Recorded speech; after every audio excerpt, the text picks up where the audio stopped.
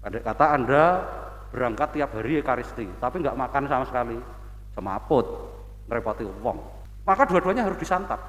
Kalau kita masih hidup di dunia ini ya butuh makanan yang memang membawa kita sehat. Jadi itu yang harus kita santap. Tapi ingat, makanan itu saja, ya, yang nasi, roti, itu tidak akan mengantar pada hidup kekal. Kalau tidak makan yang kita sebut sakramen, tanda sarana Allah menyelamatkan manusia, yaitu roti hidup. Roti hidup itu siapa? Yesus sendiri. Pendek kata, mari kita tekun setia menyantapnya, menyambutnya. Meskipun saya tidak suka, saya kalau menyambutnya, ini akan diantar pada kehidupan kekal. Sebab ini bukan soal begitu menyambut langsung masuk hidup kekal. Tidak, ini proses terus menerus. Tiap hari, tiap saat harus kita tekuni supaya baik badan kita sehat, rohani kita juga kuat, sehingga iman kita semakin kokoh dan hebat.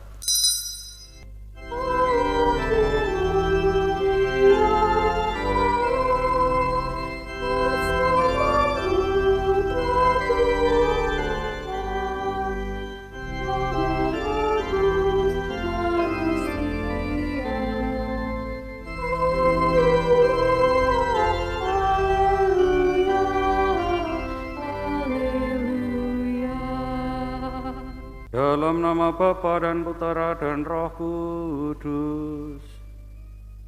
Amin. Tuhan bersamamu. Dan bersamamu. Saudara-saudari yang terkasih dalam Kristus, selamat Paskah berkah dalam. Selamat Paskah berkah dalam.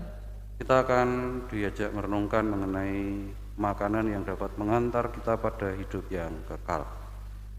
Kita menyiapkan diri, hati, pikiran kita, budi, perasaan kita, mengucap syukur atas karunia Allah bagi hidup kita, seraya mohon ampun atas segala dosa kita, supaya kita pantas dalam peristiwa penyelamatan ini. Saudara-saudara yang terkasih dalam Kristus, bacaan pertama menggambarkan tentang pertobatan Saulus. Saulus ini orang yang benci pada murid-murid Yesus, tapi ditangkap oleh Tuhan, lalu nanti bertobat setelah dibaptis jadi Paulus. Paulus itu dulu orang jahat ketika masih namanya Saulus.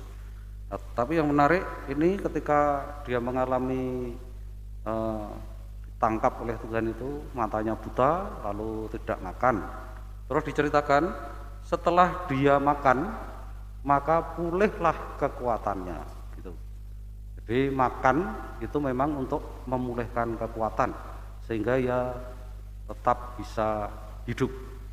Nah, ini makanan sungguhan yang maksudnya ya makanan yang diceritakan dialami oleh Saulus itu makanan seperti yang kita makan. Nah, sekarang yang di dalam Injil tadi yang baru saja kita dengar ini makanan yang tidak seperti itu, karena yang dimaksud makanan itu adalah Yesus sendiri.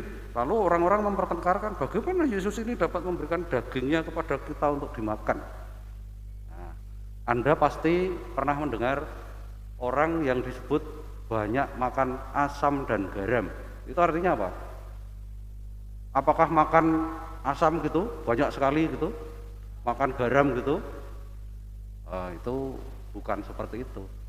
Itu kiasan, simbol, tanda. Nah, tanda ini dalam bahasa rohani kita itu nantinya itu kita menyebutnya sakramen. Sakramen ini ya tanda. Kalau tanda itu ya biasa ya, tapi sakramen ini artinya itu tanda. Tanda yang menghubungkan antara orang beriman dengan Tuhan. Jadi kalau Anda memberi tanda kasih kepada orang lain itu tanda, tidak bisa disebut sakramen. Tapi yang namanya sakramen itu tanda dari Tuhan. Nah ini arahnya begitu, maksudnya begitu. Jadi kalau Tuhan Yesus mengatakan barang siapa makan dagingku dan minum darahku, itu seperti tadi. Orang yang banyak makan asam dan garam. Maksudnya makan daging Yesus, makan darah Yesus itu artinya menerima Yesus di dalam hidupnya, menerima Yesus di dalam seluruhan dirinya. Anda pasti juga pernah mengalami begini. Pas suatu ketika sakit gitu ya, sakit, lidahnya itu kecut sekali, makan apa-apa nggak enak, bener ya? Itu merasa tidak enak, kemudian terus ditawari mau makan apa, apapun tidak senang. Tapi kemudian kalau tidak makan, itu ya nanti sakitnya nggak pulih. Anda terpaksa makan yang kita makan tentu yang makanan yang biasa. Pertama-tama adalah nasi atau hal-hal yang sudah biasa kita makan.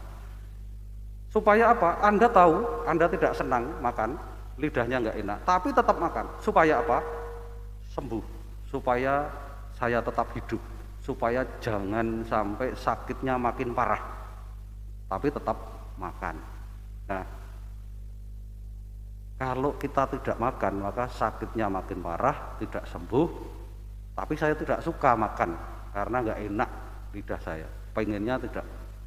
Nah, oleh sebab itu, makanan ini bukan soal senang tidak senang, tapi adalah soal keyakinan saya. Saya yakin kalau makan ini mempercepat kesembuhan saya. Kalau saya makan, saya ini tetap hidup.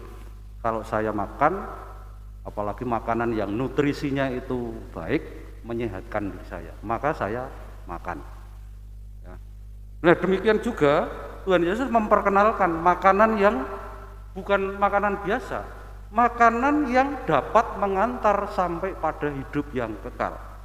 Ya, barang siapa makan dagingku, minum darahku, ia mempunyai hidup yang kekal.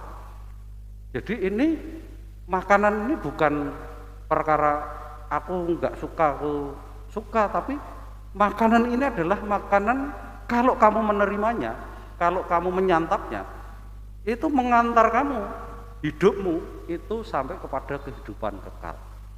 Nah, di sini nih soal tadi, soal keyakinan, soal iman, soal percaya. Apakah kamu benar-benar percaya? Kalau percaya, saya akan menyantapnya. Kalau percaya makan itu bisa sembuh, saya akan makan. Kalau tidak, saya sakit. Nah, demikian juga oleh sebab itu kita memiliki dua makanan. Makanan yang memang hariannya itu kita makan, makanan yang mengantar pada hidup kekal. Dua-duanya ini penting untuk kita. Kalau Anda hanya makan makanan yang mengantar hidup kekal, sementara tidak makan ini nasi, tidak makan, ya tetap sakit. Andai kata Anda berangkat tiap hari Ekaristi, tapi nggak makan sama sekali, semaput, ngerepoti wong, ya. Maka dua-duanya harus disantap. Kalau kita masih hidup di dunia ini, ya butuh makanan yang memang membawa kita sehat. Jadi itu yang harus kita santap. Tapi ingat, makanan itu saja, ya, yang nasi, roti, itu tidak akan mengantar pada hidup kekal. Kalau tidak makan yang kita sebut sakramen, tanda sarana Allah menyelamatkan manusia, yaitu roti hidup. Roti hidup itu siapa? Yesus sendiri. Pendek kata, mari kita tekun setia menyantapnya, menyambutnya. Meskipun saya tidak suka, saya kalau menyambutnya, ini akan diantar pada kehidupan kekal. Sebab ini bukan soal begitu menyambut langsung masuk hidup kekal, tidak. Ini proses terus menerus. Tiap hari, tiap saat harus kita tekuni supaya baik badan kita sehat, rohani kita juga kuat, sehingga iman kita semakin kokoh dan hebat. Semoga Allah dimuliakan di dalam hidup kita sekarang dan selama-lamanya. Marilah mewartakan misteri iman kita.